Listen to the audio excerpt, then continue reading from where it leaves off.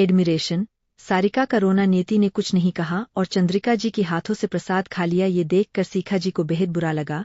उनकी आंखों से आंसू नहीं रुक रहे थे। नीति बस उनके हाथ से प्रसाद नहीं लेना चाहती थी, जो उन्हें बेहद दर्द दे रहा था, पर वो कैसे भूल सकती थी कि उन्होंने खुद ही अपनी बेटी को कितना दर्द दिया है। विपुल जी और सीखा जी को रोते हुए देखकर अरिजित को भी अच्छा नहीं लग रहा था, पर वो कुछ भी नहीं कर सकते थे। गुरुजी की बात सुनकर वो पहले से भी और ज्यादा गिल्ट फील कर रहे थे। खास करके अमृत सबसे ज्यादा बुरा फील कर रहा था। शंभूनाथ जी ने करुणा जी को घूर कर देखा और धीरे से बोले, आगे से इस लड़की को कुछ मत कहना। उनकी बात सुनकर करुणा जी ने मुंह बना लिया। पहले विश्वनाथ जी और शंभूनाथ जी के बीच बेहद अच्छी बॉन्डिंग थी। दोनों भाई एक दूसरे से बेहद प्यार करते थे, पर जब दोनों की शादी हुई तो उनके पिताजी ने दोनों को समान भाव से प्रॉपर्टी दे दिया था। टाइम के साथ विश्वनाथ जी का बिजनेस बेहद आगे बढ़ गया, पर शंभूनाथ जी का बिजनेस ज्यादा आगे नहीं चला। उन्हें बेहद स्ट्रगल करनी पड़ती थी और तब करुणा जी हर वक्त उन्हें विश्वनाथ जी और पार्वती जी को दिखाकर कहती थी कि कैसे उनका बिजनेस ग्रो कर रहा है और वो कैसे स्ट्रगल कर रहे हैं, जिस वजह से उन्हें जलन हो रही है। इसलिए शंभूनाथ जी ने विश्वनाथ जी से बिजनेस में हेल्प मांगा था और विश्वनाथ जी ने भी कभी उन्हें हेल्प करने से मना नहीं किया। और अब भी विपुल उन्हें कुछ प्रोजेक्ट में पार्टनरशिप देता था। भले ही बिजनेस में वो हेल्प लेते थे, पर उनका कोई और गलत इरादा नहीं था। पर नीति को देखकर उन्हें लग रहा था, इस लड़की ने अगर बिजनेस हैंडल किया तो उन्हें पार्टनरशिप मिलना मुश्किल हो जाएगा। सब बैठे हुए थे। बुआ जी की फैमिली ने नीति को घेर लिया था। वो सब नीति की करेंट अचीवमेंट के बारे में बात कर रहे थे। वही बाकी सब उन्हें देख रहे थे। नीति उनसे कितने अच्छे से बात कर रही थी, पर जब नीति उनके साथ बात करती थी तब उसकी आंखों में नफरत उतर आती थी। ब्रिजेश जी और संग्राम जी दोनों नीति से जितनी देर बात कर रहे थे, नीति उन्हें और भी ज्यादा पसंद आ रही थी। ये लड़की ना सिर्फ टैलेंटेड है, बल्कि बेहद सारी स्किल में सबसे सुपीरियर भी है, जो उसे 10 साल ज्यादा बड़े उम्र की बाकी लोगों को भी पीछे छोड़ने के लिए काफी है। थोड़ी देर बाद पार्वती जी बोले, आप सब सुबह ही आए हैं, पहले आप सब रूम में जाकर थोड़ा रेस्ट कर लीजिए। फिर स्टाफ से उन सबको उनके रूम दिखाने के लिए बोल दिया। हालांकि शंभूनाथ जी का फैमिली यहीं पर रहता था, उन्हें यहाँ आने के लिए 1 घंटा ही लगता था, फिर भी उनके लिए भी रूम तैयार किया गया था। वैसे भी रात को पार्टी थी, इसलिए सबका आज यहाँ रुकना ही ठीक रहेगा। सब आपने अपने रूम में चले गए तो नीति भी अपनी रूम में चली गई। आकाश और आदित्य भी नीति की रूम देखने उसके साथ चले गए। दोनों रूम के अंदर गए तो शॉक हो गए। फिर आदित्य खुश होकर बोला, वाओ, बिल्कुल मेरी बहन को टेस्ट की अकॉर्डिंग है ये रूम का कलर कॉम्बिनेशन। आदित्य रूम को देखकर बोला, मैंने डिसाइड कर लिया, मैं भी अपने रूम को ऐसे ही तैयार करूंगा। नीति की रूम को देखकर आदित्य ने तो डिसाइड कर लिया था, उसे भी ऐसा ही रूम चाहिए, simple but elegant and black grey, जो डोमिनेटिंग लुक देगा। थोड़ी देर बाद दोनों नीति से बात करके चले गए तो नीति अपनी लैपटॉप लेकर बैठ गई। तभी उसे रचित का कॉल आया। नीति ने कॉल उठाया तो रचित उधर से कुछ बोला। नीति गुस्से से बोली, इन्वेस्टिगेशन थोड़ा फास्ट करो और अब तक कितने बच्चे मारे गए हैं, मुझे इस बारे में रिपोर्ट चाहिए और बाकी रिपोर्ट सेंट्रल गवर्नमेंट और प्रेसिडेंट को पर्सनली सेंड कर दो। नीति ने कॉल काट दिया। उसकी भाव कुछ गंभीर हो गए। वहीं दूसरी तरफ रायजादा मेशन में सब हॉल में बैठे हुए थे। कल रात स्वाभिमान, संजीत और प्राची आकर रूम में चले गए थे, इसलिए स्वाभिमान को नीति के बारे में कुछ भी बकने का मौका नहीं मिला था। इसलिए इस वक्त वो नीति के बारे में ही बात कर रहा था। हूँ देखना, मैं उसे ही अपनी गर्लफ्रेंड बनाऊंगा। हाय, वो कितनी असम थी, कितनी क्यूट थी, मैंने आज से पहले इतनी क्यूट और पावरफुल लड़की कभी नहीं देखा था। वही बाकी सब उसकी बात को ध्यान से सुन रहे थे। आज स्वाभिमान ने किसी लड़की को ऑल बतख या कौवा नहीं कहा था। आज पहली बार ये लड़का किसी लड़की की इतनी तारीफ कर रहा था, तो पक्का वो लड़की बेहद खूबसूरत होगी। सब वही सोच रहे थे। तभी अंकिता जी बोली, क्या सच में वो लड़की इतनी ज्यादा खूबसूरत है?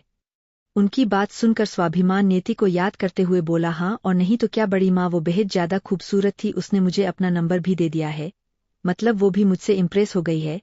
तभी प्राची उसकी सिर पर मारते हुए बोली, इतना भी झूठ नहीं बोलना चाहिए, उसने हमें नंबर दिया था और ये तुम और अगम थे जो हमारी मोबाइल से नंबर ले रहे थे। तुम दोनों की शकल देखकर तो वो भीख भी ना दे, नंबर क्या देगी? प्राची की बात सुनकर सब हंसने लगे तो स्वाभिमान मुंह बनाकर बोला, हाँ तो क्या हुआ, कैसे भी हो नंबर 2 ना मेरे पास देखना, मैं उस अगम से पहले अपनी परी को पटा लूंगा। उसकी बात सुनकर सुप्रिया जी हंसते हुए बोली, क्या अगम भी उससे प्यार करता है? स्वाभिमान ने हाँ में सिर हिला दिया तो सब और भी जोर से हंसने लगे। अच्छा तो तुम्हारी परी करती क्या है, क्या वो भी तुम्हारे साथ कॉलेज में है? दादी माँ ने पूछा तो स्वाभिमान स्माइल करके प्राउडली सिर उठाकर बोला, नहीं वो बिजनेस संभालती है। उसकी बात सुनकर सब कंफ्यूज हो गए। सुमित्रा जी बोली, क्या वो कोई बड़ी बिजनेस वूमेन है?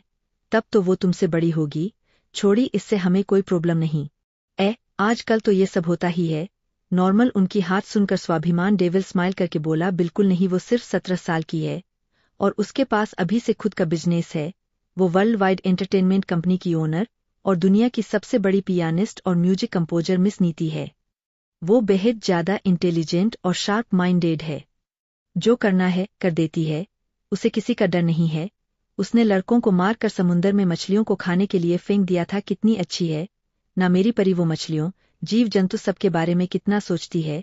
वो मेरी गर्लफ्रेंड बन जाएगी तो मुझे कोई भी डराने की और हिम्मत नहीं करेगा। प्रखर भाई भी नहीं, स्वाभिमान बस बिना सोचे समझे कहे जा रहा था और एक एक करके सबके ऊपर बॉम्ब ब्लास्ट कर रहा था। उसकी बातें सुनकर तो सब हैरान थे। एक 17 साल की खूबसूरत लड़की, इतनी बड़ी इंटरनेशनल एंटरटेनमेंट कंपनी की ऑनर, इतनी बड़ी पियानिस्ट और म्यूजिक डायरेक्टर प्रोड्यूसर नीति, ये लड़की इंसान ही है ना? 17 साल की लड़की इतनी बड़ी आइडेंटिटी रखती है। कौन सी घर की बच्ची है वो? कौन सी फैमिली ने इतनी अच्छी बच्ची को बड़ा किया है?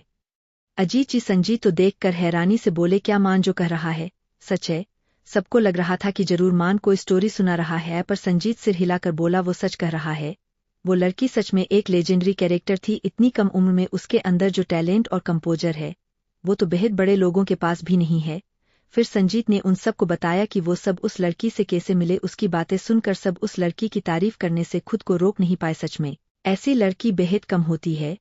इतनी कम एज में भी उसने इतना कुछ अचीव कर लिया है। दादा जी तारीफ करते हुए बोले, राजनाथ जी ने तो शायद पहले किसी की इतनी तारीफ नहीं किया होगा। सबके दिल में इस वक्त उस लड़की के लिए एडमिरेशन थी। सुमित्रा जी भी बोली, हाँ सच में वो लड़की करोड़ों में होगी। अगर वो हमारी घर में बहू बनकर आती तो कितना अच्छा होता। उनकी बात सुनकर स्वाभिमान नाराजगी से बोला, दादी माँ, मैं भी तो कोशिश कर रहा हूँ ना, वो जरूर इस घर की बहू बनेगी। तभी दादी माँ हंसते हुए बोली, नालायक, में तो तुम्हारे भाई प्रखर की बात कर रहा था। तुम्हारे भाई ने अगर पहले ही लड़की पसंद नहीं किया होता तो मैं इसी लड़की को उसके लिए चुनती। वैसे भी उसे तो पहले ही 17 साल की लड़की से प्यार है, तो इस 17 साल की लड़की से शादी करके क्या बदल जाता। उल्टा ये लड़की प्रखर के लिए बिल्कुल परफेक्ट मैच होती।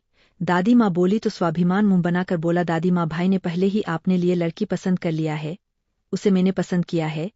ये सिर्फ मेरी गर्लफ्रेंड बनेगी, उस पर नजर मत लगाइए। अच्छा ठीक है, देखते हैं तुम कब उस लड़की को गर्लफ्रेंड बनाते हो। उसके बारे में सुनकर लग नहीं रहा है कि वो तुम्हें पसंद करेगी। क्या पता वो तुम हे भी समुंदर में माछिलों को खाने के लिए फेंक दे। प्राची हंसते हुए बोली तो बाकी सब भी हंसने लगे। भी एक लड़की की आवाज आई, हेलो एवरीवन। सरप्राइज सबने सामने देखा तो सारिका आ रही थी। ये सुकान जी और सुप्रिया जी की दोस्त की बेटी थी, जिसे उन्होंने गोद लिया था। दिखने में खूबसूरत और प्रोफेशन में एक मॉडल है।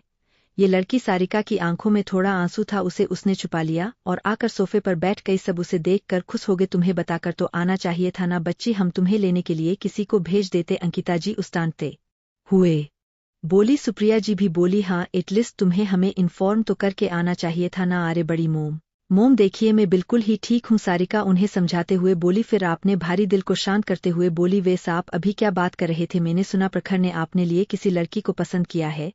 उसकी बात सुनकर सब एक दूसरे को देखते लगे। क्या सारिका ने सब कुछ सुन लिया है? उन सबको पता था कि सारिका प्रखर को कितना ज्यादा पसंद करती थी। इस वक्त प्रखर ने ऑलरेडी किसी को पसंद कर लिया है। सुनकर उसके दिल पर क्या बीत रही होगी, पर आज नहीं तो कल सारिका को ये सब तो पता चलने ही वाला था ना। बाकी सब संजीत, प्राची, स्वाभिमान सब सारिका को देख रहे थे। स्वाभिमान को सारिका इतनी पसंद नहीं थी, फिर भी सारिका उसकी फैमिली मेंबर थी। सुप्रिया जी सारिका की हाथ पकड़कर बोली, प्रखर किसी लड़की को पसंद करता है और उसी से शादी करना चाहता है।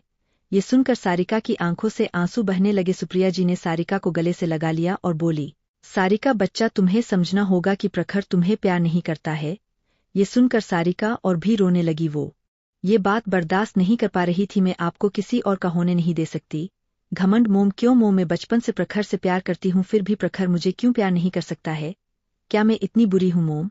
सारिका रोते हुए बोल रही थी, जिस वजह से सबको उसके लिए बेहद ज्यादा बुरा लग रहा था। उन सब ने सारिका को आपने सामने बड़ी होते हुए देखा था। बचपन से सारिका को प्रखर बेहद पसंद था और ये बात घर में भी सब नोटिस कर सकते थे, पर इस बात से किसी को कोई प्रॉब्लम नहीं थी।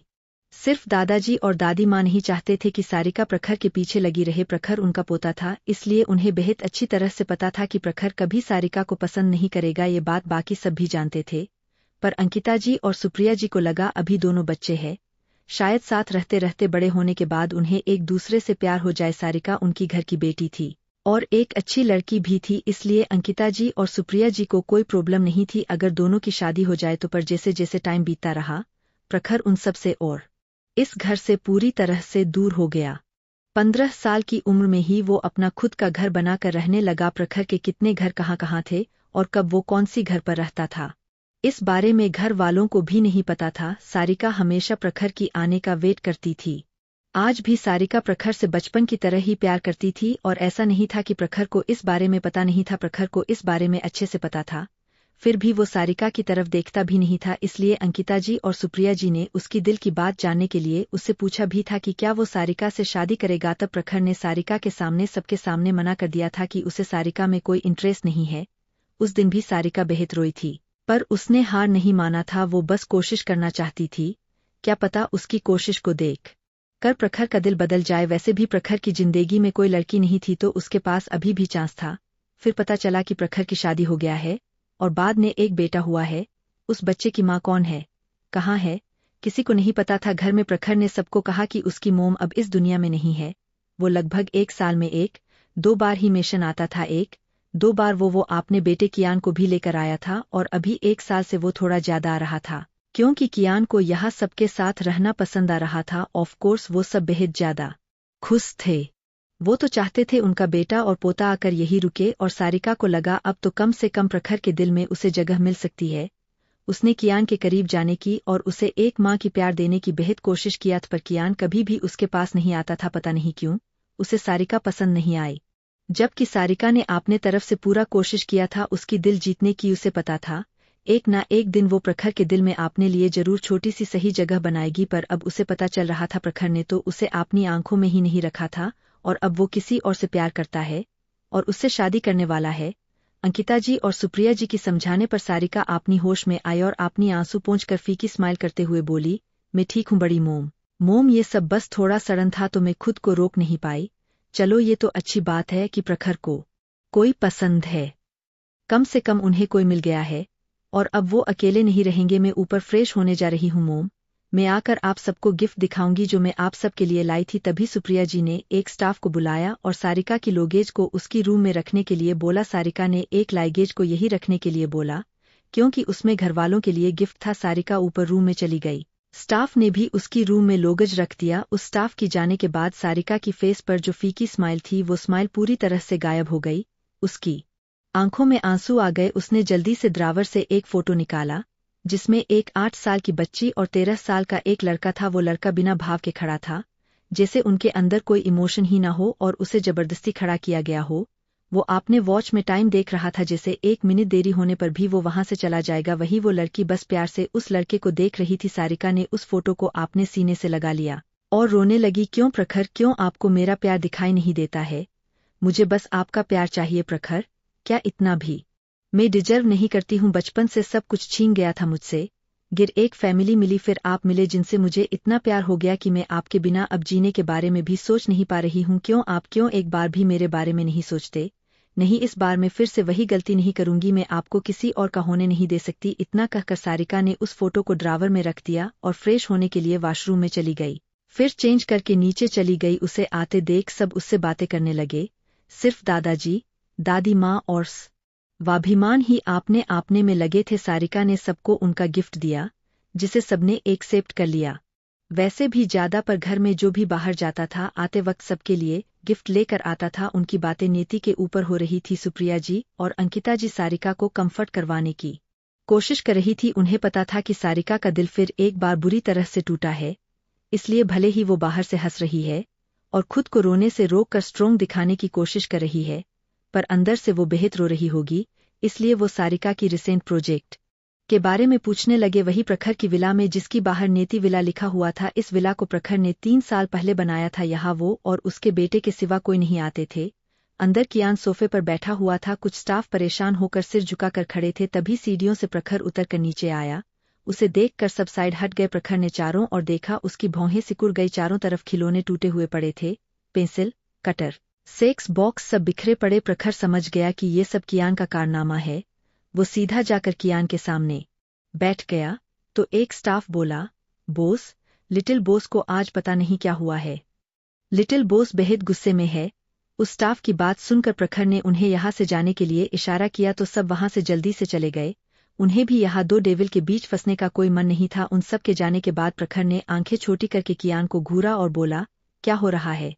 तुम आज सबको परेशान क्यों कर रहे हो? कियान ने भी उसी तरह अपनी काली गहरी आंखों से प्रखर को घूर कर देखा और आपने बच्चों जैसी आवाज में बोला, अभी तक मम्मी क्यों नहीं आई है? मेरे पास डैड, आपने तो कहा था आप बेहद ही जल्दी मम्मी को हमारे पास ले आएंगे, तो फिर मम्मी कहाँ है? डैड, मेरे पास मम्मी की कॉन्टैक्ट नंबर भी नहीं है, तो मैं उनसे बात भी नहीं कर सकता। कियान की काली आंखों में आंसू आ गए। वो बेहद ही ज्यादा इंटेलिजेंट बच्चा था। 3 साल की उम्र में उसने उधर लैंग्वेज सीखना और स्केच बनाना सीख गया था, जो शायद कोई और नहीं कर सकता था, पर फिर भी उसे बस अपनी मम्मी चाहिए थी। जब से उसने नेति को देखा था तब से उसने नेति को ही अपनी मम्मी मान लिया था। अब वो सिर्फ नेति को ही अपनी मम्मी के रूप में चाहता था। प्रखर ने गहरी सांस लिया और बोला, तुम्हारी मम्मी बेहद जल्दी आने वाली है, इसलिए ये सब बंद करो। अगर तुम चाहते हो कि तुम्हारी मम्मी हमेशा के लिए यहाँ आ जाए तो तुम्हें और 15 दिन इंतजार करना पड़ेगा। प्रखर की बात सुनकर कियान की आंखों में चमक आ गई। एक ही पल में वो दूसरे सोफे से उछलकर प्रखर के पास आ गया था। उसकी स्पीड भी 3 साल के हिसाब से बेहद ज्यादा थी। जैसे कोई छोटा चिता भाग रहा हो, उसे ऐसे लापरवाही से भागते देख प्रखर की आंखें गुस्से से भर गई।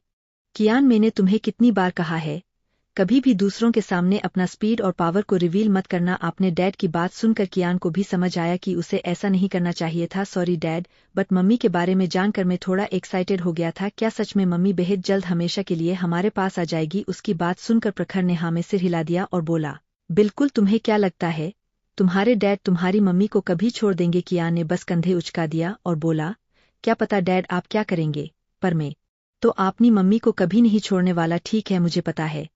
इतना कहकर प्रखर ने उसकी बाल को प्यार से सहलाया और मन ही मन बोला, इस बार मैं तुम्हें और तुम्हारी मम्मी को किसी को कुछ नहीं होने दूंगा। प्रखर की आंखों के सामने एक दृश्य आ गया जहां एक लड़का और एक लड़की आग में घिरे हुए पड़े थे। शायद लड़की उस लड़के की बाहों में मर चुकी थी और उस लड़के की बस आखिरी सांस बची हुई थी।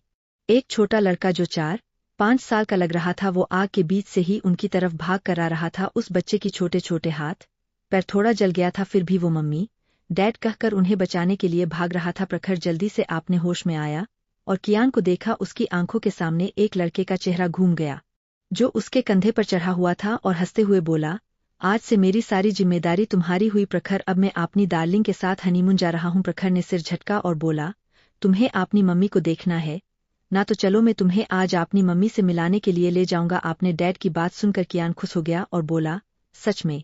अभी मैं मम्मी से मिलने जाऊंगा। ओके, मैं चेंज करके आता हूँ। इतना कहकर कियान भाग गया। उसे जल्दी से तैयार होना था। प्रखर कहना चाहता था हम शाम को जाएंगे, पर कियान बिना सुने ही भाग गया था। शाम का वक्त पूरा शेखावत मिशन सजा हुआ था। वही घर वाले सब तैयार हो रहे थे। नीचे विपुल जी, सीखा जी और शंभूनाथ जी की फैमिली, बुआ जी की फैमिली सब तैयार होकर नीचे आकर इंतजार कर रहे थे। सिर्फ बच्चे ही नहीं आए थे, शायद तैयार हो रहे थे। तभी सीढ़ियों से हील की टक टक की आवाज आने लगी। सबने सामने देखा तो काशबी आ रही थी। ब्लू कॉलर की ब्लैकलेस गाउन मेकअप में वो बेहद खूबसूरत लग रही थी। जैसे ही वो नीचे आई, जरना जी बोली, मेरी बेटी आज बेहद खूबसूरत लग रही है। सीखा जी और सरिता जी भी बोली, हाँ काशबी बेटा, आज तुम बेहद खूबसूरत लग रही हो। उन सब की तारीफ सुनकर काशबी बेहद खुश हो गई और मन ही मन बोली, ऑफ कोर्स मैं बेहद खूबसूरत लग रही हूँ, मुझे भी पता है। उसे हमेशा अपनी खूबसूरती पर घमंड था। काशबी आज खुद को सबसे ज्यादा खूबसूरत दिखाना चाहती थी। उसे पता था यहाँ बेहद बड़े बड़े पावरफुल और रिच फैमिली के लोग आने वाले थे। काशबी उन सबके सामने एक अच्छा इंप्रेशन छोड़ना चाहती थी। तभी नेहा और रूही एक साथ नीचे आए। नेहा ने इस वक्त एक मैरून कॉलर का फ्लोरल गाउन पहना हुआ था। चेहरे पर मेकअप के साथ से भी बेहद खूबसूरत लग रही थी। भी रूही ने एक व्हाइट कॉलर का क्रिस्टल मरमेड गाउन पहना हुआ था, जिसमें वो बेहद खूबसूरत लग रही थी। उसने बालों को बन बनाया हुआ था और मेकअप करके वो काशबी और नेहा से भी ज्यादा खूबसूरत लग रही थी। रूही और नेहा की दोस्त प्रखर की एंट्री जैसे ही दोनों नीचे आए, सीखा जी स्माइल करते हुए उनके पास गई और बोली, आप दोनों आज बेहद खूबसूरत लग रही हो रूही और नेहा बेटा, कहीं किसी की नजर ना लग जाए। उन्होंने दोनों को काला टीका लगा दिया। रूही और नेहा दोनों की होंठों पर स्माइल आ गई। हाँ प्रिंसेस, आज हमारी घर की तीनों प्रिंसेस ही खूबसूरत लग रही है। जरना जी भी हंसते हुए बोली तो बाकी सब ने भी हाँ में सिर हिला दिया। पर विपुल जी की नजर लिफ्ट की तरफ थी। नेति ज्यादातर लिफ्ट ही यूज करती थी। उन्हें उम्मीद थी कि नेति भी पार्टी में शामिल होगी। विपुल जी ने अपनी मोम को और बुआ जी को बेहद रिक्वेस्ट किया था कि वो नेति को कैसे भी करके पार्टी में लाए, पर अभी तक वो नेति को देख नहीं पाए थे, जिस वजह से वो बेहद दुखी हो गए। उन्हें लग रहा था शायद नेति इस पार्टी में आने के लिए राजी नहीं है। सीखा जी भी विपुल जी को उदास भाव को देख पा रही थी। वो समझ गई थी कि विपुल जी नेति की आने का वेट कर रहे हैं, पर वो कुछ नहीं कर सकते थे। नेति पहले ही उनसे इतनी नफरत करती थी, अब अगर वो पार्टी में शामिल होने के लिए कहेंगे तो भी शायद नेति पार्टी में शामिल नहीं होगी भी। रूही भी देख सकती थी कि उसके डैड की नज़र बार बार लिफ्ट की तरफ जा रहा था। वो समझी कि उसके डैड नेति की आने का वेट कर रहे हैं। ये सोचकर उसकी हाथों की मुठ्ठियां कस गई।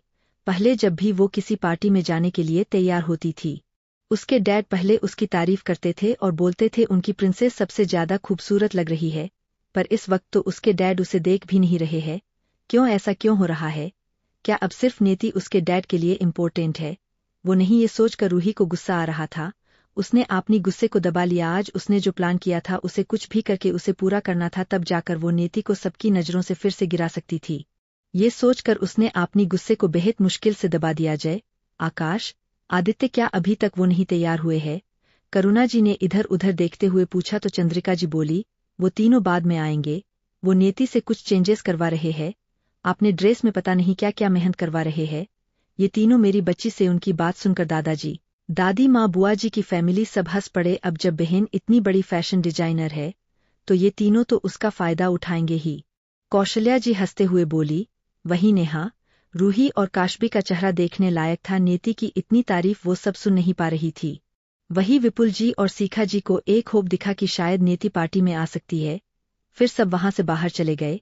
बाहर अमृत और अर्जित गेस्ट को वेलकम कर रहे थे। अभी तक बेहद सारे गेस्ट आ चुके थे। हर बार की तरह इस बार भी हर एक बिजनेस फैमिलीज को इनविटेशन कार्ड गया था। जैसे ही विपुल जी और सीखा जी ने पार्टी में एंटर किया, सब उन दोनों को देखने लगे, जो एक पावरफुल कपल की तरह लग रहे थे। तभी अमृत और अर्जित उनके पास आ गए और उन्हें पहले विश किया। फिर उन दोनों ने अपना हाथ रूही की तरफ बढ़ा दिया। रूही की होंठों पर स्माइल आ गई। उसने उन दोनों के हाथ में एक एक हाथ दिया और पार्टी में एंटर किया। उनके पीछे रूही और काशबी थी। काशबी अपने भाई कारण को देख रही थी जो आगे चला जा रहा था। ये देखकर काशबी का मुंह बन गया। काश उसका भी भाई अमृत और अर्जित की तरह होते, ना कि उसके भाई करण की तरह जो बस घूमने और पैसा उड़ने में बिजी रहता था। वही नेहा को थोड़ा बुरा तो लगा, पर ज्यादा नहीं, क्योंकि ये तो हमेशा होता था। रूही इस फैमिली के प्रिंसेस जो थी, उनके आते ही सब उन्हें बधाई देने के लिए आगे आने लगे। वही पार्टी में जितने भी लड़के थे सब रूही को प्यार भरी नजरों से देख रहे थे। उनमें से कुछ लड़के रूही के कॉलेज से ही थे। उनके हिसाब से रूही एक मासूम और साफ दिल की लड़की है जो कभी किसी का बुरा नहीं सोच सकती। इसलिए कॉलेज में लगभग बेहद सारे लड़के उसके पीछे पागल थे। आखिरकार कौन रूही जैसी इतनी खूबसूरत और शेखावत खानदान की इकलौती प्रिंसेस को गर्लफ्रेंड बनाने के बारे में सपने नहीं देखेगा। वही लड़कियां रूही को जलन से देख रही थी। रूही का स्टेटस उनसे बेहद हाई था, इसलिए वो कभी भी रूही का मुकाबला नहीं कर सकते थे। रूही इस वक्त सबके लिए सेंटर ऑफ अट्रैक्शन थी। रूही और नेहा काशबी के साथ वहां से अपने दोस्तों के पास चले गए। जैसे ही तीनों अपने दोस्तों के पास पहुंचे सब उन्हें घेर गए। तुम तीनों बेहद खूबसूरत लग रही हो, खास करके रूही, तुम सच में प्रिंसेस की तरह लग रही हो। स्वाति तीनों की तारीफ करते हुए बोली तो एक लड़का सुशील जो कि उनकी ग्रुप में दोस्त था वो भी रूही के पास आकर बोला, हाँ रूही, तुम सच में बेहद खूबसूरत लग रही हो। रूही को उनकी तारीफ सुनकर बेहद अच्छा लग रहा था, पर वो खुद को जितना हो सकते शांत रख कर खड़ी थी। उसे आज इतनी उदास देखकर टीना और पूजा ने उसकी हाथ को पकड़ लिया और बोले, क्या हुआ है रूही, आज तो तुम्हारी मोम डैड की एनिवर्सरी है ना, तुम्हें तो खुश होना चाहिए, फिर तुम इतने उदास क्यों लग रही हो। उसकी बाकी दोस्त पूजा, रीमा, प्रदीप, राज और अक्षय भी उसके पास आ गए तो रूही कुछ नहीं बोली और फीकी स्माइल करते हुए बोली, कुछ नहीं है, बस मैं तो खुश ही हूँ। उसने नेहा को आंखों जी आंखों में इशारा किया। उसकी इशारा को समझकर नेहा मुंह बनाकर बोली, कैसे खुश रह सकती है वो, उसकी वो छोटी गोद ली हुई बहन उसे परेशान करने के लिए वापस जो आ गई है और वो हर दिन रूही को बेइज्जत करके टॉर्चर कर रही है। वो बार बार रूही को मनहूस, घटिया, कचरा, पता नहीं क्या क्या कह रही है। और तो और उसने रूही की हाथ को एलर्जिक परफ्यूम जबरदस्ती लगाया था, जिस वजह से रूही की हाथ में बेहद ज्यादा रैशेज हो गए थे। तभी रूही नेहा को रोकने की नाटक करते हुए अपनी आंखों में आंसू लाते हुए बोली, नेहा ये क्या बोल रही हो तुम, वो कोई गोद ली हुई नहीं है, वो हमारी बहन है। बस रूही, तुम बेहद ज्यादा अच्छी हो और तुम्हारी इसी अच्छाई का फायदा वो लड़की उठा रही है। एक गोद ली हुई लड़की होकर वो कैसे तुम्हें धमका सकती है। रीमा गुस्से से बोली। राज भी बोला, हाँ उसकी हिम्मत कैसे हुई तुम्हें टॉर्चर करने की और बेइज्जती करने की। तभी प्रदीप बोला, पर रूही तुम्हारी फैमिली के लोग क्या कर रहे हैं और उन लोगों ने फिर से उस अगली लड़की को क्यों बुलाया? हाँ, उसने तो तुम्हें बचपन में मारने की कोशिश किया था, इसलिए घर वालों ने उसे घर से बाहर कर दिया था ना? पूजा भी सोचते हुए बोली। वहीं काशबी जो वहां खड़ी, वो थोड़ी हैरान थी। इनमें से उसकी कोई क्लोज फ्रेंड नहीं थे। ये सब रूही और नेहा के दोस्त थे, जिनसे वो रूही और नेहा के जरिए मिली थी, क्योंकि वो भी बेहद जल्दी उनकी कॉलेज में ज्वाइन होने वाली थी। पर ये रूही और नेहा की दोस्तों की बातें सुनकर उसे झटका लगा था। क्या ये लोग नहीं जानते हैं कि नेती इस घर की छोटी बेटी है और नेहा उन्हें मिसलीड कर रही है? क्योंकि रूही तो साफ कह रही है कि नेती इस घर की बेटी है, गोद ली हुई नहीं है। हे भगवान, वो इन सब में बिल्कुल भी फंसना नहीं चाहती थी। वो एक ही दिन में समझ गई थी कि नेती कोई ऐसी लड़की नहीं है जिससे कोई पंगा ले सके। वो अपने दम पर इतने बड़े बड़े 2 कंपनी चला रही है। यही काफी है ये दिखाने के लिए कि नेती कितनी कैपेबल है। उसके दादाजी और डैड ने उसे बुलाकर वार्न किया था कि वो नेती से ना उलझे। अगर आगे कुछ हुआ तो क्या वो यहाँ फंस नहीं जाएगी? इतना सोचकर काशबी फीकी स्माइल करते हुए बोली, गाइस मैं मोम और बाकी सबसे मिलकर आती हूँ। इतना कहकर वो वहां से चली गई। दूर आकर याने राहत की सांस ली। उनकी फैमिली को अभी भी शेखावत फैमिली की मदद चाहिए था बिजनेस में। वो नेती के बारे में बोलकर अपनी पैर में कुल्हाड़ी क्यों मारती? अभी जो सिचुएशन है, घर वाले सभी नेती की तरफ कुछ ज्यादा प्यार दिखा रहे हैं। अगर कुछ हुआ तो रूही और नेहा तो उनकी फैमिली की लाडली थे, वो आसानी से इन सब से निकल जाएंगे। पर वो तो बुरी तरह से फंस जाएगी। उसके दादाजी और डैड उसे नहीं छोड़ेंगे। वही उसके जाने के बाद नेहा बोली, दादाजी और दादी माँ नेती से बेहद ज्यादा प्यार करते हैं। वो तो रूही से ज्यादा नेती से प्यार करते हैं और बाकी सब भी नेती को इतनी साल बाहर छोड़ने की वजह से गिल्टी फील कर रहे हैं, इसलिए वो उसे कंपनसेट करने की कोशिश कर रहे हैं। इसलिए सब चुप है। उसकी बात सुनकर सब हैरान थे। स्वाति बोली, ऑब्वियसली तुम इस घर की प्रिंसेस हो और उस लड़की को बस उसकी किए की सजा मिली थी, तो उसकी वजह से तुम्हारी फैमिली को इतना गिल्टी फील करने की क्या जरूरत थी? तभी अक्षय बोला, वैसे अब तो वो बड़ी हो गई होगी। अक्षय की होंठों पर एक अजीब चमक थी। उसने अपनी होंठों पर जीभ फेरा। ये देखकर सबको पता चल गया कि अक्षय क्या सोच रहा है। भले ही अक्षय उनका दोस्त था, पर सबको पता था अभी से ही वो लड़कियों के साथ इन्वॉल्व था। उसने कितनी लड़कियों के साथ रात बिताया था। पर रूही मन ही मन डेविल स्माइल करने लगी। यही तो वो चाहती थी। अपनी प्लान को आगे बढ़ाने के लिए उसे बस एक मोहरा ही तो चाहिए था। तभी पार्टी में एक इंसान की एंट्री हुई। उसने एक छोटे बच्चे का हाथ पकड़ रखा था। दोनों ने ब्लैक आउटफिट कैरी किया हुआ था। एक डेविल किंग और दूसरा डेविल प्रिंस लग रहा था। सब उनकी तरफ ही देखने लगे। उनके पास गार्ड्स थे जो किसी को भी पास आने से रोक रहे थे। उस शख्स को देखकर पार्टी में आए सारे मेहमान हैरान हो गए और बातें करने लगे, क्या ये रायजादा फैमिली के गार्ड्स नहीं है? नहीं, ये तो लग रहा है रायजादा फैमिली के बड़े बेटे प्रखर रायजादा की स्पेशल गार्ड्स है। इन्हें तो गवर्नमेंट फोर्स भी नहीं रोक सकते हैं। हे भगवान, क्या सच में एशिया का टॉप बिजनेसमैन इस पार्टी में आया है? मुझे लगा नहीं था कि इतने बड़े खानदान की बारिश यहाँ आएंगे। सच में लगता है शेखावत फैमिली अब और भी ऊपर उठने वाले हैं। पार्टी में कुछ मेहमान हैरान थे तो कुछ मेहमान शेखावत फैमिली की किस्मत से जल रहे थे, जो उनकी पार्टी में एशिया का सबसे बड़ा बिजनेसमैन आया है, जिसे आज तक मास्क के बिना किसी ने भी नहीं देखा है। फिर भी प्रखर के बारे में सबको पता है। प्रखर एक ऐसा नाम था जिसका दबदबा सिर्फ इंडिया के ही नहीं दूसरे देश में भी था। शेखावत फैमिली में भी खुद सब हैरान थे।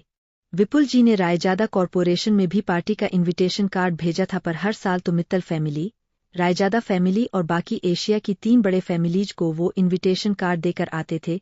फिर भी आज तक तो कभी कोई नहीं आया था। भला वो उनकी छोटी सी पार्टी में क्यों आएंगे?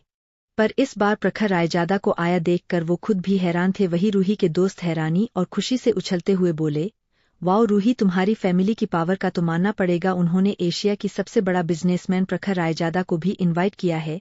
रूही तो खुद इस बारे में कुछ नहीं जानती थी, फिर भी वो स्माइल करते हुए बोली, ऑफ कोर्स मेरे डैड ने उन्हें इनवाइट किया था। उसकी बात सुनकर टीना बोली, प्लीज तुम जब उनसे मिलने जाओगी तो हमें भी साथ लेकर जाना। मैं उन्हें बेहद ज्यादा पसंद करती हूँ, मुझे उन्हें करीब से देखना है। मैंने बस मैगजीन में उनके बारे में पढ़ा है। बाकी सब भी वही कहने लगे। तो रूही भी अपनी घमंड को डाउन करते हुए बोली, ठीक है, मैं तुम सबको भी मिला दूंगी। उसे भरोसा था कि प्रखर रायजादा उसकी खूबसूरती देखकर उस पर से आज अपनी नजर नहीं हटा पाएंगे। बेइज्जती नेती की एंट्री, सबकी नजर नेती पर, और वो ये भी सोच रही थी कि प्रखर उसके फैमिली की वजह से आया है तो वो तो प्रखर से मिल ही सकती है। उसने सुना था प्रखर सबसे ज्यादा सक्सेसफुल है और उसके बारे में अफवाह ये भी था कि वो दिखने में बेहद हैंडसम था। भले ही किसी ने प्रखर को नहीं देखा था, पर उसे भरोसा था कि प्रखर बेहद ज्यादा हैंडसम होगा। उसने अपनी ड्रेस को थोड़ा नीचे किया और उसे ठीक किया, जिस वजह से अब उसकी क्लीवेज साफ दिखाई दे रहा था। फिर याने आपनी बाल को ठीक किया, वो आपनी होंठों पर एक बड़ी सी स्माइल लिए प्रखर की तरफ बढ़ गई। वही प्रखर के पास तभी विपुल जी, सीखा जी और अरिजित आ गए। रायजादा, वेलकम, आप हमारे पार्टी में आए, ये तो हमारे लिए बेहद खुशी की बात है। विपुल जी हंसते हुए बोले। अमृत भी बोला, प्लीज आइए एंड वेलकम टू पार्टी। प्रखर ने उन सबको देखा तो उसकी आंखों में नफरत उतर आया, जिसे उसने बखूबी से छुपा लिया और बस सिर हिला दिया। ऑफ कोर्स वो यहाँ पार्टी में आया था, पर बस सिर्फ आपनी बनी को देखने के लिए, वरना उसका तो मन कर रहा था इन सबको अपनी हाथों से जिंदा गाड़ दे। पिछली बार इन सब ने उसकी बीबी के साथ कितना गलत किया था, वो तो हमेशा से इन लोगों को बर्बाद करके मार डालना चाहता था, पर उसकी बीबी ही थी जो इन सब से इतना होने के बाद भी इन्हें प्यार करती थी, इन्हें फैमिली मानती थी, इसलिए उसने इन्हें छोड़ दिया। पर इन लोगों ने क्या किया, सिर्फ उसकी बीबी को ही नहीं बल्कि इन लोगों ने उनके पूरे परिवार को मौत के मुंह में धकेल दिया। अगर उस दिन ये लोग उसकी बीबी को घर से ना निकालते तो उसकी बीबी बिल्कुल सेफ उसके घर में रहती, उसकी बनी को खरोच भी ना आ जाए। वो उसका ख्याल खुद रखता था, चाहे उसके लिए उसे अपनी बीबी को अपने घर में कैद ही क्यों ना करना पड़े। प्रखर किसी की आवाज से होश में आया तो उसने देखा सामने व्हाइट गाउन में एक लड़की खड़ी थी। उस लड़की को देखकर प्रखर ने कोई भाव नहीं दिखाया, ये कोई और नहीं रूही थी। रूही ने जैसे ही प्रखर को आपने सामने देखा उसकी दिल तेजी से धड़कने लगा। प्रखर की वो गहरी ब्राउन आंखें ही किसी की जान लेने के लिए काफी थी। मास्क के साथ भी वो बता सकती थी कि प्रखर बेहद ज्यादा हैंडसम है, शायद वो हद से ज्यादा हैंडसम था। रूही तो प्रखर के साथ अपनी फ्यूचर की सपने देखने से खुद को रोक ही नहीं पा रही थी। उसने एक चार्मिंग स्माइल दिया और थोड़ा झुककर बोली, हेलो मिस्टर रायजादा। फिर उसने अपनी हाथ प्रखर की तरफ बढ़ा दिया। इस वक्त पार्टी में सब उनकी तरफ ही देख रहे थे, बाकी सभी बिजनेसमैन भी अपनी बेटियों को प्रखर से इंट्रोड्यूस करवाना चाहते थे। उनकी बेटियां रूही से कम नहीं थी, वो सब बड़ी फैमिली की प्रिंसेस थी, वो सब भी बेहद खूबसूरत थी, पर वो सब जानते थे कि वो शेखावत फैमिली से खुद को कंपेयर नहीं कर सकते थे। क्या पता मिस्टर रायजादा को रूही पसंद आ जाए, ये सोचकर वो सब बेचैनी से आह भरने से खुद को रोक नहीं पाए। वहीं नेहा और रूही के सारे दोस्त भी थोड़ी दूर खड़े होकर ये सब देख रहे थे। उनकी होंठों पर स्माइल थी, सिर्फ राज को छोड़कर, क्योंकि राज रूही को पसंद करता था। तभी विपुल जी ऑकवर्ड होकर बोले, मिस्टर रायजादा, ये मेरी बेटी है रूही शेखावत। विपुल जी ने रूही की तरफ देखकर बोला, क्योंकि रूही बेहद अजीब रिएक्ट कर रही थी। वही मिस्टर रायजादा रूही के साथ हाथ मिलाने के लिए इंटरेस्टेड नहीं लग रहे थे। वही प्रखर की आंखों से रूही की ये छोटी छोटी स्कीम छुपी नहीं थी। उसने घिन से रूही को देखा और उससे मुंह फेर लिया। वही रूही ने जब प्रखर की आंखों में खुद के लिए घिन देखा तो वो हैरान हो गई। उसकी दिल जो अभी खुशी से उछल रहा था जैसे टुकड़ों में टूट गया। क्यों प्रखर ने उसे ऐसे घिन से क्यों देखा, जैसे वो कोई कूड़ा हो। वो आज इस पार्टी में सबसे ज्यादा खूबसूरत लग रही थी। उसे पूरा भरोसा था कि प्रखर भी उसकी खूबसूरती देखकर रेसिस्ट नहीं कर पाएगा और उसे भी बाकी लड़कों की तरह उसे देखते ही पहली नजरों का प्यार हो जाएगा। मुझे आपकी फैमिली मेंबर को जानने में कोई इंटरेस्ट नहीं है, आपको अपनी बेटी को अच्छे से मैनर सिखाना चाहिए। क्या आपकी बेटी मुझसे हाथ मिलाने के लिए क्वालिफाइड है।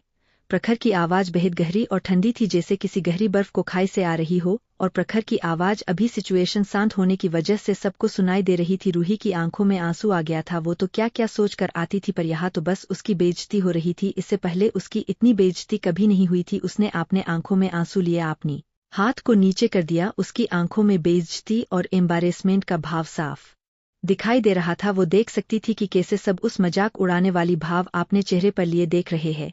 वही प्रखर की बात सुनकर हॉल में सभी गेस्ट अपनी हंसी रोकने की कोशिश कर रहे थे। ये लड़की कितनी कॉन्फिडेंस के साथ मिस्टर रायजादा से हाथ मिलाने के लिए गई थी, और अब देखो कैसे खुद को उसने पार्टी में सबके सामने खुद की इंसल्ट करवा लिया। जितने भी गेस्ट थे, खास करके लड़कियां जो पहले रूही की किस्मत से जल रही थी कि कैसे उसके दो भाई और घरवाले उसे प्रिंसेस की तरह ट्रीट करते हैं, और अब अपनी फैमिली की वजह से उसे प्रखर रायजादा से सामने मिलने का भी मौका मिल रहा था। पर देखो, इसने खुद की ही बेइज्जती करवा ली। ये सोचकर वो लड़कियां हंस रही थी। वहीं अमृत और अरिजित प्रखर को गुस्से से घूर रहे थे। प्रखर रायजादा चाहे कितना भी बड़ा शख्स हो, पर सबके सामने उनकी प्रिंसेस को ऐसे इंसल्ट करने का क्या हक है।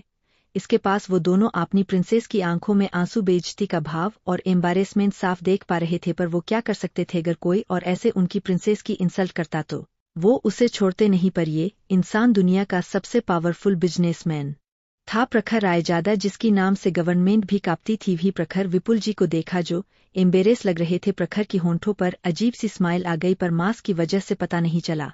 वो उन्हें देखते हुए बोला, मैं यहाँ मिस नेति शेखावत को वजह से आया हूँ। प्रखर की मुंह से नेति क्या नाम सुनकर सभी घरवाले चौंक गए। वही प्रखर की मुंह से नेति की नाम सुनकर रूही ने गुस्से से मुठिया कस लिया। नेति नेति हर जगह नेति, ये छोटी चुड़ैल आखिर इतनी लोगों को क्यों जानती है। तभी विश्वनाथ जी आगे आकर बोले, क्या हुआ बेटा, आपको हमारी पोती नेति से क्या काम है। विश्वनाथ जी को देखकर प्रखर थोड़ा चौंक गया। क्या नेति के दादाजी को हॉस्पिटल में कोमा में नहीं होना चाहिए था और कुछ दिन में उनकी डेथ नहीं हो जानी चाहिए थी। लगता है सब कुछ बदल गया है। अगर उसकी बनी भी वापस आई है तो नो डाउट वो आपने दादाजी को बचाने की कोशिश करेगी। उसने इस बारे में ज्यादा नहीं सोचा और बोला, मिस नेति ने मेरे बेटे को बचाया था, पर मैं उन्हें प्रॉपर तरीके थैंक्स नहीं के पाया था। बाद में मैंने इन्वेस्टिगेशन किया तो पता चला कि वो मिस नेति शेखावत है, शेखावत फैमिली की सबसे छोटी बेटी। आज मुझे पता चला कि मुझे पार्टी के लिए इनविटेशन मिला है, इसलिए मुझे लगा मुझे यहाँ आकर मिस नेति को अच्छे से धन्यवाद देना चाहिए। प्रखर की बात सुनकर अब सबको समझ आ गया कि प्रखर सिर्फ शेखावत फैमिली के वजह से इस पार्टी में नहीं आया है, बल्कि वो तो मिस नेति को थैंक्स कहने भी आया है। आपने बेटे की जान बचाने के लिए सबने सुना था कि प्रखर रायजादा का एक बेटा है। सबने नीचे देखा जहां एक क्यूट बच्चा प्रखर के हाथ को पकड़ खड़ा था। वो सब समझ गए कि ये प्रखर रायजादा का बेटा है। रूही की तो गुस्से और नफरत से मुठिया कस गई। ये मिस्टर रायजादा भी यहाँ उस लड़की नेति की वजह से आए हैं। उसने सामने खड़े प्रखर को देखा जो हद से ज्यादा कोल्ड था पर बेहद हैंडसम एयर चार्मिंग था। वो अब कुछ भी करके प्रखर रायजादा को पाना चाहती थी, चाहे उसके लिए उसे इस छोटे लड़के मतलब प्रखर के बेटे की करीब ही क्यों ना जाना पड़े। रूही के दोस्त भी सब रूही के पास आ गए। रूही की आंखों में आंसू देख उन्हें अच्छा नहीं लगा, पर तभी सबको एक बात याद आई, इस फैमिली की छोटी बेटी नेति शेखावत। पूरे हॉल में बातें होने लगी, ये नेति शेखावत कौन है। क्या शेखावत फैमिली की इकलौती प्रिंसेस रूही शेखावत नहीं है तो ये नेति शेखावत कौन है जिसकी बारे में मिस्टर रायजादा बात कर रहे थे। उन सब ने कभी भी शेखावत फैमिली के साथ किसी पार्टी में रूही और नेहा के सिवा किसी को भी नहीं देखा था। नेहा विपुल शेखावत की पहली वाइफ की बहन की बेटी है। इस बारे में भी लगभग सब जानते थे। नेति बचपन से ही घर में रही थी, फैमिली वाले उसे कभी किसी पार्टी में नहीं लेकर जाते थे, इसलिए किसी को भी नहीं पता था कि शेखावत फैमिली की एक और बेटी है, विपुल शेखावत और सीखा शेखावत की एक बेटी। तभी दादाजी स्माइल करते हुए बोले, हाँ मेरी छोटी पोती नेति वो आती ही होगी। आपने भाइयों के साथ ये सुनकर कियान की आंखों में चमक आ गई। अब वो अपनी मम्मी से जी मिलने वाली थी, तभी किसी के मुंह से निकला, वाओ ये लड़की कितनी खूबसूरत है। उस लड़के की बात सुनकर और उसकी नज़र का पीछा करके बाकी सब ने भी एंट्रेंस की सीढ़ियों की तरफ देखा जहां ब्लैक कॉलर की लॉन्ग गाउन में एक खूबसूरत लड़की नीचे आ रही थी। उसकी फिगर, हाइट सब कुछ बिल्कुल परफेक्ट था। उसकी ब्लू आंखें बेहद गहरी और ठंडी थी, फिर भी तारों की तरह चमक रही थी। लड़की की स्किन दूध जैसी गोरी थी। उसकी फेशियल फीचर्स एकदम किसी गोडेस जैसा था। वो लड़की इतनी खूबसूरत थी कि उसे देखकर ऐसा लग रहा था जैसे कोई अप्सरा सीधा स्वर्गलोक से यहाँ धरती पर आ गई हो। उसके दोनों तरफ दो लड़के थे जिन्होंने उसकी दोनों हाथ को पकड़ा हुआ था और एक लड़का पीछे उसकी गाउन को संभाल कर नीचे आ रहा था। वो तीनों लड़के भी बेहद हैंडसम थे। लड़के तो नेति को देखकर पागल हो रहे थे। नेति इतनी खूबसूरत थी कि उसे किसी मेकअप की कोई जरूरत ही नहीं थी। उसकी खूबसूरती तो ऐसे भी सबसे ऊपर थी। सभी लड़के आपने दिल पर हाथ रख के खड़े थे। वही रूही की चारों दोस्त प्रदीप, राज, अक्षय और सुशील का भी यही हाल था। नेति की खूबसूरती उन्हें भी दीवाना बना रहा था। वही दो जोड़ी आंखें सबको खा जाने वाली नजरों से घूर रही थी। ये कोई और नहीं प्रखर और कियान थे। प्रखर की ब्राउन आंखें सुनहरी होने लगी थी जैसे अभी सबको जलाकर राख कर देगा। इन सबकी हिम्मत कैसे हुई उसकी बीबी को देखने की उसका मन कर रहा था। इन सब की आंखें निकाल दे। कियान का भी यही हाल था। वो भी अपनी काली गहरी आंखों से पार्टी में सभी लड़कों को घूर रहा था जैसे सबको मार डालना चाहता हो। इन सबकी हिम्मत कैसे हुई उसकी मम्मी को घूर कर देखने की। उसकी मम्मी सिर्फ उसकी है, सिर्फ कियान की और उसके डैड की। अभी के लिए इतना ही, मिलते हैं अगले चैप्टर में। तब तक के लिए stay happy and stay healthy.